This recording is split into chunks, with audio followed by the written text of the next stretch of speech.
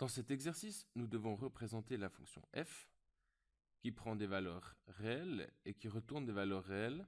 Et c'est la fonction f de x égale x cube moins 3x plus 8. Alors tout d'abord, voyons dans GeoGebra la tête qu'a cette fonction. Alors, x cube moins 3x plus 8. On ne la voit pas complètement. Il faut dézoomer un petit peu. C'est une fonction qui a cette tête-là. Ça monte, il y a un sommet, ça redescend, il y a un creux, ça remonte. Et après, ça ne change plus. Je peux dézoomer autant que je veux. Vous voyez que ça continue comme ça.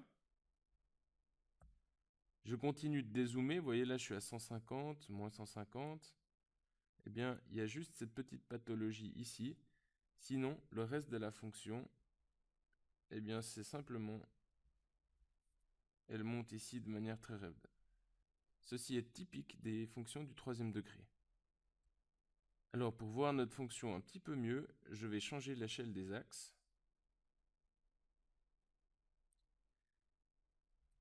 Et je vais vous montrer comment on peut faire ceci sans GeoGebra, avec simplement du papier.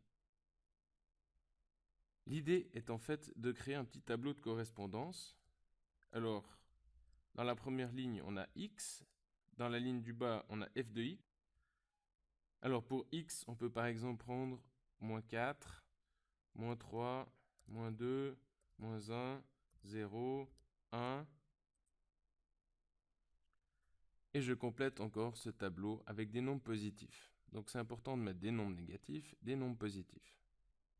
Donc, puisque f de x égale x cube moins 3x plus 8, eh bien, ce que l'on doit mettre par exemple ici, c'est f de 0. f de 0, ça fait combien? F de 0, ça fait 0 au cube, moins 3 fois 0, plus 8. Et ceci, ça fait 0 moins 0 plus 8, ça fait 8. Donc on va mettre 8 ici. F de 1. On a besoin de calculer f de 1 pour savoir ce qu'il faut mettre ici.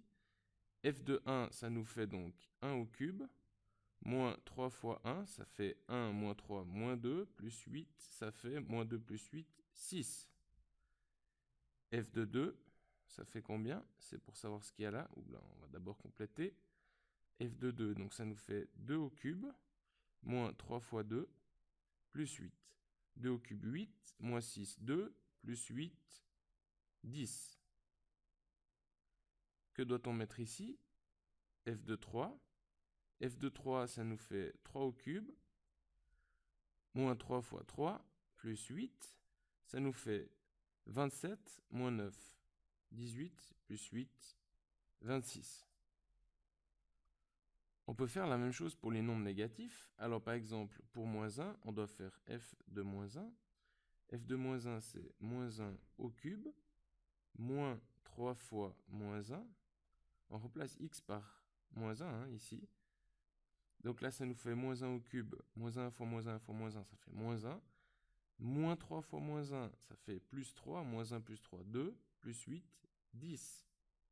Donc ici, on aura 10. Regardons pour moins 2, f de moins 2, ça nous fait donc moins 2 au cube, moins 3 fois moins 2, plus 8. Alors ça nous fait moins 8, plus 6, moins 8 plus 6, moins 2, plus 8, 6, etc. Alors, c'est en fait ce que fait GeoGebra lorsqu'il vous affiche la fonction. Alors, je mets les valeurs moins 4, moins 3, moins 2, 1, etc. La première ligne de notre tableau, je les mets là. Et en bas, je vais faire une petite formule égale ce qu'on a là au cube, moins 3 fois ce qu'on a là, qui est notre x, plus 8. Et maintenant, je recopie ça ici, et vous voyez que c'est bien les valeurs que l'on avait trouvées.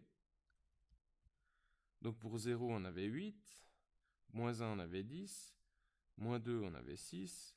Pour moins 3, eh bien, on peut compléter, on a moins 10. Pour moins 4, eh bien, on a moins 44. Et dans le positif, pour 4, on a 60. Et pour 5, on a 118. Alors, en quoi cela est-il utile pour tracer la fonction? Eh bien, il suffit maintenant, en fait, de reporter ces points dans le graphique. Donc, par exemple, on peut placer le point 0,8 dans le graphique.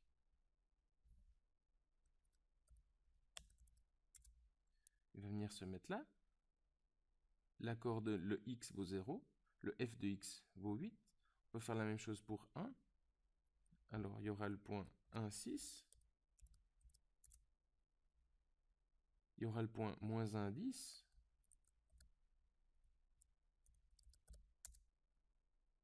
Il y aura le point moins 2, 6.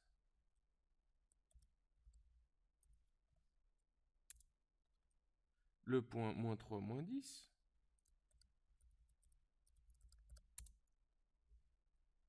Que l'on ne voit pas parce qu'il est en dehors du champ de vision. Il est là. Et vous voyez que gentiment, on trace notre fonction. Alors, avec uniquement quelques points, c'est dur d'avoir une bonne idée de la fonction. Mais ce que fait GeoGebra lorsqu'il vous dessine la fonction, c'est qu'en fait, il fait un tableau de correspondance comme ça, assez gigantesque, avec plein de valeurs.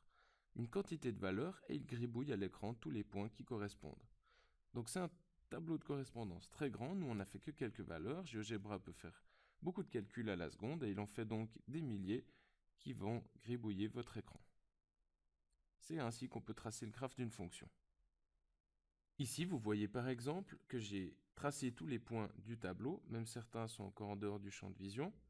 Donc j'ai un peu étendu notre tableau de correspondance en ajoutant par exemple 0,5, 1,5, 2,5, etc.